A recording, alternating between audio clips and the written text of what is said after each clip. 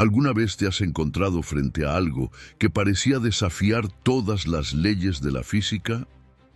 Una hazaña tan monumental que la mente humana moderna apenas puede comprender.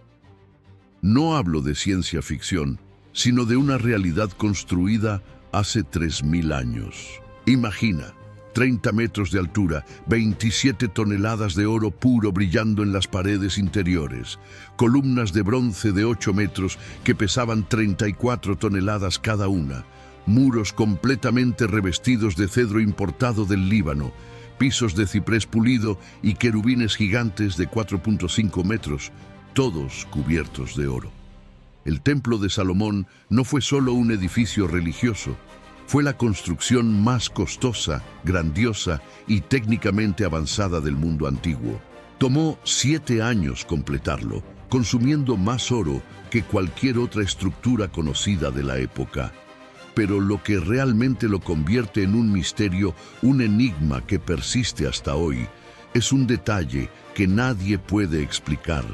En los próximos minutos descubrirás cómo lo imposible se hizo realidad y aún más sorprendente, por qué, incluso con toda nuestra tecnología, jamás podríamos replicarlo. Y la respuesta no está donde imaginas. Cómo se cortaron, transportaron y encajaron con precisión milimétrica bloques de 400 toneladas hace 3000 años, sin grúas, sin poleas de metal, sin ruedas adecuadas. Los ingenieros modernos analizan estos números y se quedan sin respuestas, porque no era solo grandioso, era imposible. En este video te sumergirás en las técnicas, los materiales y los secretos detrás de la obra más impresionante de la antigüedad. Y al final entenderás por qué, hasta hoy, nadie ha logrado replicar lo que Salomón construyó. El primer problema era fácil de entender, pero brutal de resolver. Para los cimientos del templo, Salomón no quería piedras comunes, quería las piedras más grandes jamás cortadas en Israel. El libro de Primeros Reyes, capítulo 5, versículo 17, usa una expresión específica, piedras grandes y piedras costosas. Los arqueólogos que estudiaron la plataforma del segundo templo, construido después en el mismo lugar, encontraron bloques de más de 400 toneladas. Para ponerlo en contexto, 400 toneladas equivalen al peso de aproximadamente 60 elefantes adultos. Ahora, visualiza la escena. Cortar eso de una montaña sin dinamita, sin sierras eléctricas, sin ninguna tecnología moderna. 80.000 hombres. Ese era el ejército dedicado únicamente a cortar piedras. Trabajaban en canteras repartidas por las montañas alrededor de Jerusalén. Se levantaban antes del amanecer, caminaban hasta las zonas de extracción y comenzaban el trabajo más peligroso de la obra. Porque no basta con golpear la roca hasta que se rompa. No cuando se necesita precisión. No cuando cada bloque debe encajar perfectamente en el templo. Y sobre todo, no cuando hay una regla que lo cambia todo.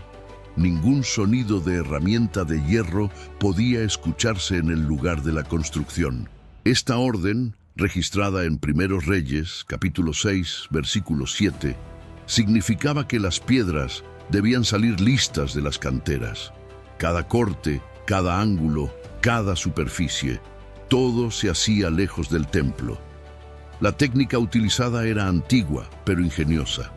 Primero los cortadores identificaban dónde querían partir la roca. Trazaban líneas usando piedras más duras que el calcáreo. Luego, abrían pequeños orificios profundos a lo largo de esas líneas. Insertaban cuñas de madera seca y después vertían agua. La madera absorbía el agua y se expandía. La presión aumentaba y tras horas, a veces días, la roca se partía exactamente donde lo habían planeado. Sin explosivos, sin el ruido de martillos golpeando cinceles de metal, solo el sonido sordo de la piedra al romperse. Pero cortar era solo la primera parte. Cada bloque debía ser moldeado, alisado, medido. Esto requería otro tipo de trabajador. hombres experimentados que sabían leer las marcas de los arquitectos, porque no había planos detallados en papel. Las instrucciones estaban grabadas en las propias piedras, símbolos que indicaban dónde debía colocarse cada bloque en el templo. Si se cometía un error, el bloque no servía. 400 toneladas de piedra se convertían en escombros. El trabajo en las canteras no era solo difícil, era mortal. Los derrumbes ocurrían. Bloques mal calculados rodaban montaña abajo, aplastando a quien estuviera en el camino.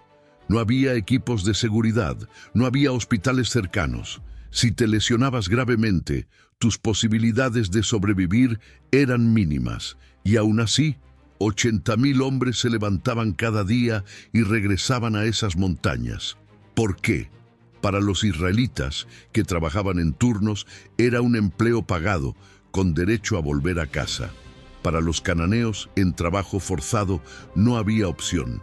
Primeros Reyes, capítulo 9, versículo 21, dice que Salomón los sometió a trabajos forzados que continuaron hasta ese tiempo. Cortaban piedras o enfrentaban castigos, pero cortar la piedra era solo el inicio del problema, porque luego venía la parte que mataba a más personas que cualquier otra. ¿Cómo mueves 400 toneladas de piedra por kilómetros de montaña sin máquinas? ¿Y por qué tantos hombres morían intentándolo? La respuesta te sorprenderá, y es solo el comienzo de nuestro viaje. Imagina la escena: el sudor corriendo, la tensión en los músculos, el grito del supervisor. De repente, una cuerda se rompe bajo la presión. La piedra, un monstruo de 400 toneladas, se detiene abruptamente. Los hombres al frente caen. Otros quedan atrapados bajo el bloque sin posibilidad de escapar. Accidentes como este no eran raros, eran parte de la rutina brutal de este trabajo, porque el segundo desafío era aún peor que el primero. Ya cortaste la piedra, está lista, perfectamente moldeada. Ahora debes llevarla a Jerusalén y pesa 400 toneladas. ¿Cómo lo mueves? 70.000 hombres. Ese era el contingente asignado exclusivamente para transportar. No cortaban, no construían, solo cargaban. Y la técnica que usaban parecía simple en teoría, pero era infernal en la práctica. Rampas de tierra. Construían rampas gigantes de tierra compactada, subiendo y bajando las montañas. La piedra se colocaba sobre troncos de árboles gruesos que funcionaban como rodillos. Cuerdas de fibra vegetal, gruesas como brazos humanos, se ataban alrededor del bloque. Y entonces comenzaba el trabajo más brutal de la obra: jalar. Cientos de hombres sostenían las cuerdas. Un supervisor gritaba órdenes rítmicas para que todos jalaran al mismo tiempo. Jalar, parar, reposicionar los troncos que quedaban atrás, jalar de nuevo. La piedra se movía centímetros, a veces solo unos milímetros por vez. Un bloque de 400 toneladas podía tardar semanas en recorrer 5 kilómetros. Y durante todo ese tiempo, los hombres dormían junto a la piedra, comían allí, no se apartaban hasta que llegaba a su destino.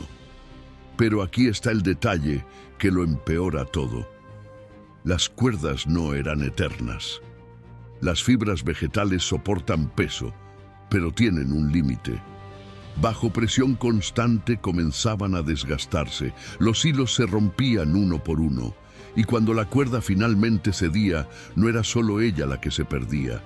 El peso se redistribuía de forma violenta. Los hombres eran arrojados hacia adelante, otros quedaban atrapados. La piedra, sin control, a veces resbalaba hacia atrás, aplastando a quien estuviera en el camino. No había seguros, no había compensación para las familias. Morías y otro hombre tomaba tu lugar en la cuerda. Al día siguiente, los israelitas que trabajaban en turnos tenían una ventaja: un mes jalando piedras, 2 meses en casa. Aguantaban porque sabían que terminaría. Pero los cananeos, en trabajo forzado, no tenían esa esperanza. Jalaban hasta que la obra terminara. 7 años. Algunos no sobrevivían los primeros meses. Agotamiento, heridas, enfermedades causadas por dormir a la intemperie. La mortalidad entre los cargadores era la más alta de toda la obra. Y aún así, el trabajo no paraba, porque Salomón tenía plazos que cumplir. Ahora viene la parte impresionante. Cuando la piedra finalmente llegaba al lugar de la construcción en Jerusalén, no podía ser tocada. ¿Recuerdas la regla? Ningún sonido de herramienta de hierro. Esto significaba que el trabajo de posicionamiento debía ser perfecto. Si la piedra estaba 1 milímetro fuera de lugar, no se podía golpear con un martillo para ajustarla. Había que jalarla de vuelta, reposicionar los rodillos, intentarlo de nuevo. Por eso, los supervisores eran implacables. Medían todo, verificaban cada ángulo y, si algo estaba mal, la culpa recaía en los cargadores. Los castigos eran severos, latigazos, reducción de raciones, a veces algo peor. Pero transportar piedras gigantes no era el único problema imposible. 200 kilómetros separaban Jerusalén de los bosques del Líbano y Salomón necesitaba miles de troncos de cedro. ¿Cómo traes madera de otro país sin camiones? ¿Y cuántos hombres murieron en el camino? La respuesta es más compleja de lo que imaginas y nos lleva a una travesía épica. El problema no era solo la distancia, era lo que la distancia significaba.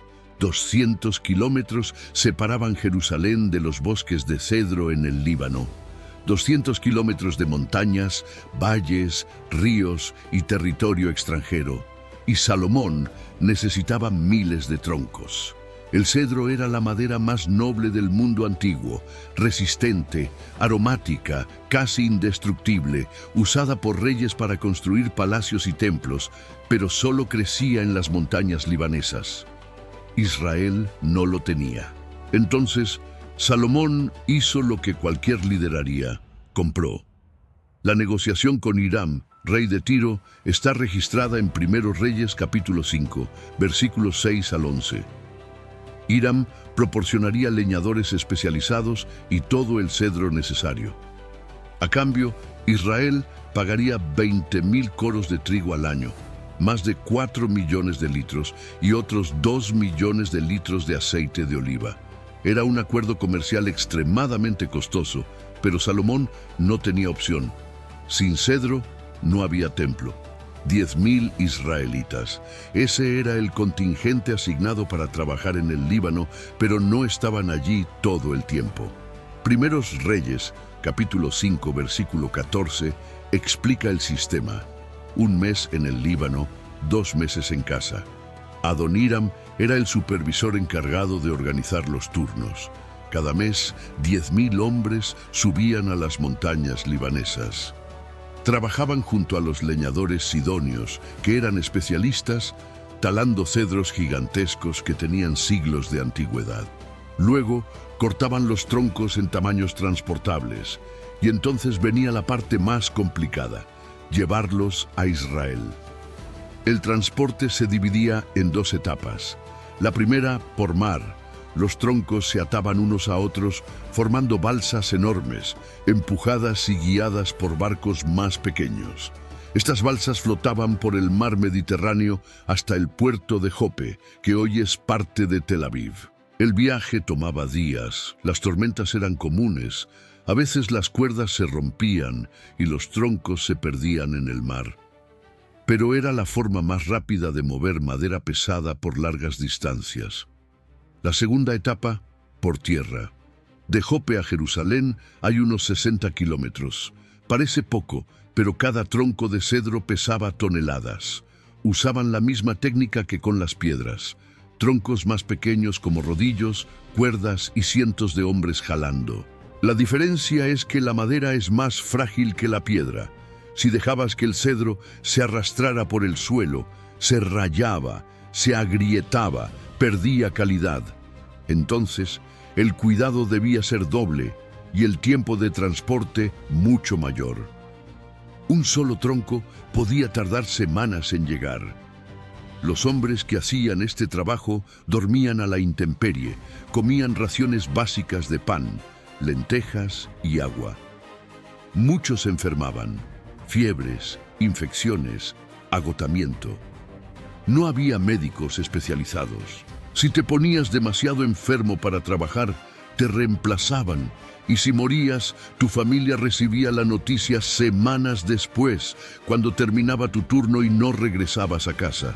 Era un sistema brutal, pero eficiente, porque al final el cedro llegaba, y cada tronco que entraba en Jerusalén era una pieza más del rompecabezas más grandioso jamás construido. Pero traer piedras y madera era solo la mitad del desafío, porque había una regla que lo hacía 10 veces más difícil, una regla que nadie podía romper. Y si la rompías, el castigo era inmediato y severo. ¿Cómo construyes en silencio absoluto? ¿Y qué revela esto sobre la verdadera naturaleza del templo? La respuesta está en la fe y la reverencia. Piensa en qué pasaría si un trabajador golpeara una piedra con un martillo por accidente. El sonido resonaría en el lugar de la construcción. Los supervisores llegarían corriendo.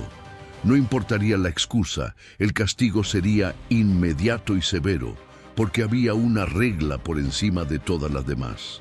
Una regla que hacía que la construcción del templo fuera diferente a cualquier otra obra jamás realizada. Ningún sonido de herramienta de hierro podía escucharse en el lugar. No era una sugerencia, no era una preferencia. Era una orden directa, registrada en Primeros Reyes, capítulo 6, versículo 7. Y quien la rompía pagaba un alto precio. Pero aquí está la pregunta que nadie responde fácilmente. ¿Cómo construyes un edificio de 30 metros de altura con bloques de cientos de toneladas, usando vigas de cedro gigantescas, sin hacer ruido? ¿Cómo encajas piedra con piedra sin ajustar? ¿Cómo corriges errores sin martillar? La respuesta estaba en la preparación. Todo debía salir perfecto de las canteras y los talleres de carpintería. Cada piedra cortada en la medida exacta. Cada viga de cedro medida al milímetro, cada encaje planeado con anticipación, porque cuando el material llegaba al monte Moria, donde se construía el templo, no había segundas oportunidades. Los arquitectos y maestros constructores usaban un sistema de marcado. Grababan símbolos en las piedras, aún en las canteras, letras hebreas, números, señales que indicaban la posición exacta de cada bloque. Cuando la piedra llegaba a Jerusalén, los constructores leían las marcas y sabían dónde colocarla. No necesitaban medir de nuevo, no necesitaban ajustar con cinceles, solo encajaban. Y si encajaba mal, entonces el error estaba atrás, en las canteras, y alguien sería castigado por ello. El trabajo en el lugar era tenso, silencioso. Cientos de hombres moviendo piedras gigantescas, sin poder hablar alto, sin poder usar herramientas de metal. Usaban palancas de madera, cuñas, cuerdas, movimientos lentos y calculados. Un bloque fuera de lugar significaba desmontar parte de la estructura y empezar de nuevo. Y todo eso sin golpear, sin cortar, sin martillar. El nivel de coordinación requerido era absurdo. Un error de comunicación y toneladas de piedra caían sobre los trabajadores. Pero ¿por qué existía esta regla? La explicación está en el propósito del templo. No era un palacio común, era la casa de Dios, un lugar sagrado donde el propio Creador habitaría. Y Dios había ordenado que el lugar fuera tratado con absoluta reverencia desde el primer día de construcción. El ruido de herramientas de hierro se consideraba profano. Entonces, el trabajo debía hacerse en santidad, en silencio, como si cada piedra colocada fuera un acto de adoración. Los 3.300 supervisores tenían la tarea de garantizar esto. Circulaban todo el tiempo, observaban cada movimiento, escuchaban cada sonido y al menor signo de desobediencia actuaban. Los castigos variaban: latigazos por infracciones menores, reducción de raciones, trabajos aún más pesados y, en casos extremos, expulsión de la obra. Para los cananeos en trabajo forzado, ser expulsado podía significar prisión o algo peor. Para los israelitas, en turnos, significaba deshonra pública. Entonces, todos obedecían, trabajaban en silencio, y de alguna forma, contra todas las probabilidades, el templo se alzaba piedra por piedra, sin sonido, sin error. Pero construir en silencio era solo parte del desafío, porque el templo no podía ser solo grande, debía brillar. 27 toneladas de oro puro cubriendo paredes enteras. ¿Cómo trabajas con esa cantidad de metal precioso? ¿Y quién era el hombre que Salomón trajo de otro país para hacer esto? La historia de este artesano es tan fascinante como la propia obra, y es lo que vamos a descubrir ahora. El calor era insoportable. Los hornos ardían día y noche derritiendo oro. Hombres sudorosos martillaban láminas finas sobre moldes de madera. Otros pulían superficies hasta que brillaban como espejos. Y en el centro de todo, un hombre llamado Hiram observaba cada detalle. No era israelita, era fenicio, venido de Tiro, al igual que el cedro. Contratado personalmente por Salomón, porque nadie en Israel dominaba la metalurgia como él. Segundo Reyes, capítulo 7, versículos 13 y 14, lo describe. Hiram era hijo de una viuda de la tribu de Neftalí, y su padre era de Tiro, artífice en bronce. Estaba lleno de sabiduría, entendimiento y conocimiento para hacer toda obra en bronce. Pero el bronce no era el mayor desafío, era el oro, 27 toneladas de él. Primero Reyes, capítulo 6, versículos 20 al 22, describe cómo se revistió el interior del templo. El oráculo, el Santo de los Santos, medía 9 metros de largo, 9 de ancho y 9 de alto.